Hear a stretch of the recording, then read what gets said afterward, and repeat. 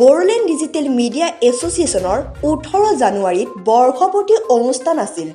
যদিও কোভিড-19ৰ এছঅপি থকাৰ কাৰণে কোনো অনুষ্ঠানৰ আয়োজন কৰা নাছিল, কিন্তু বড়োলেণ্ড ডিজিটেল মিডিয়া এছ'চিয়েশ্যনৰ সমিতিৰ সিদ্ধান্ত মতে ওদালগুৰি জিলাৰ 7জন বিভিন্ন পৰ্যায়ৰ ব্যক্তিক আন্তৰিক সম্বৰ্ধনা জনোৱাৰ সিদ্ধান্ত গ্ৰহণ কৰা হয়।